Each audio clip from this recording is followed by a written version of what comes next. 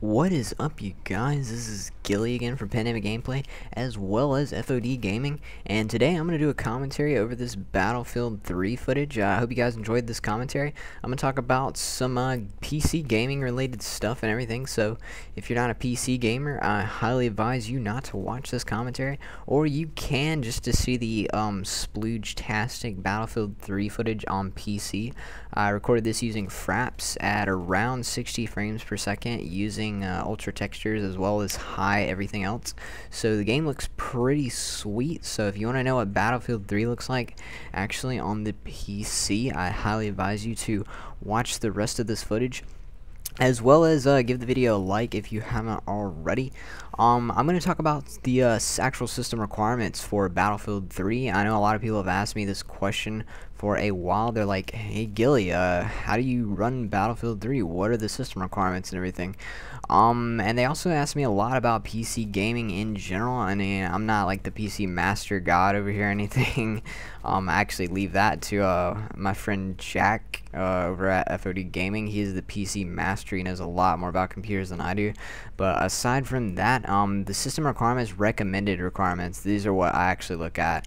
I try to stay away from the minimum requirements because I like looking at the recommended specs, so I can actually, you know, if I do get something, if I want to build a PC or something, I know the exact recommended specs of what I'm going to be playing. So without further ado, the OS, of course, you're going to need Windows 7 operating system. Processor needs to be at least, well, not at least, recommended, it needs to be some type of quad-core processor from Intel or AMD.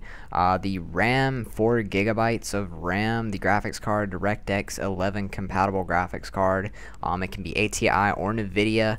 For the NVIDIA, it needs to be recommended GTX 560 or an ATI Radeon 6950. That is a ATI Radeon 6950.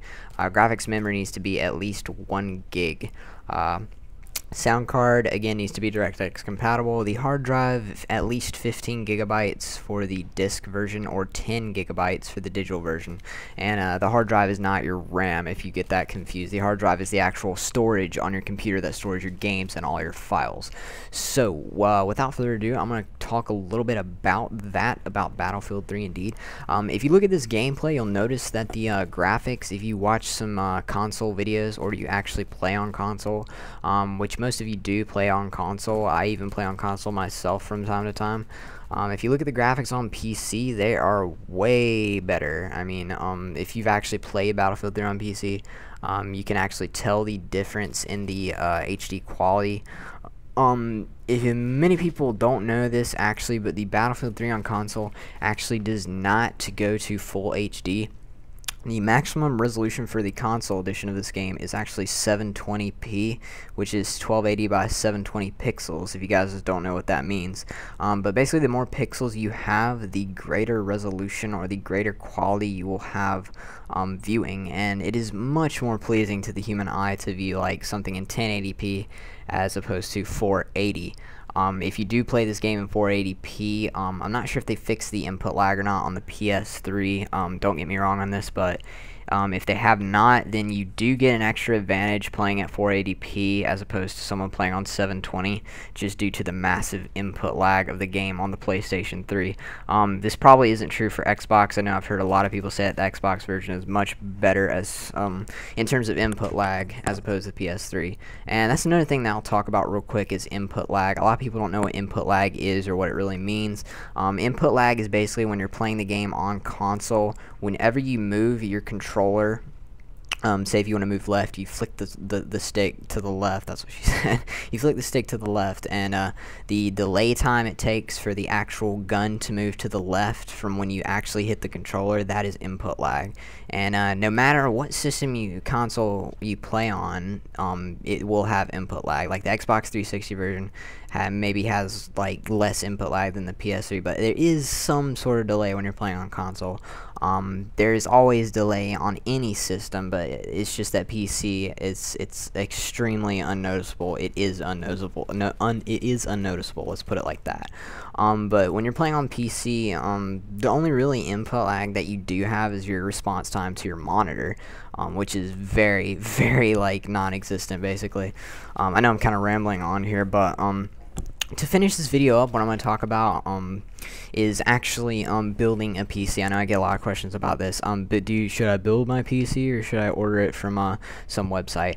You can do either one. Building your PC is better if you're actually into computers and like building things. If you're more of a hands-on kind of person, I highly suggest you build your own computer. You can check out websites such as newegg.com or Newegg or whatever you want to call it. I'll put a link in the description for that website. It's a great website. It offers great discounts on PC parts and all of that good schnaz.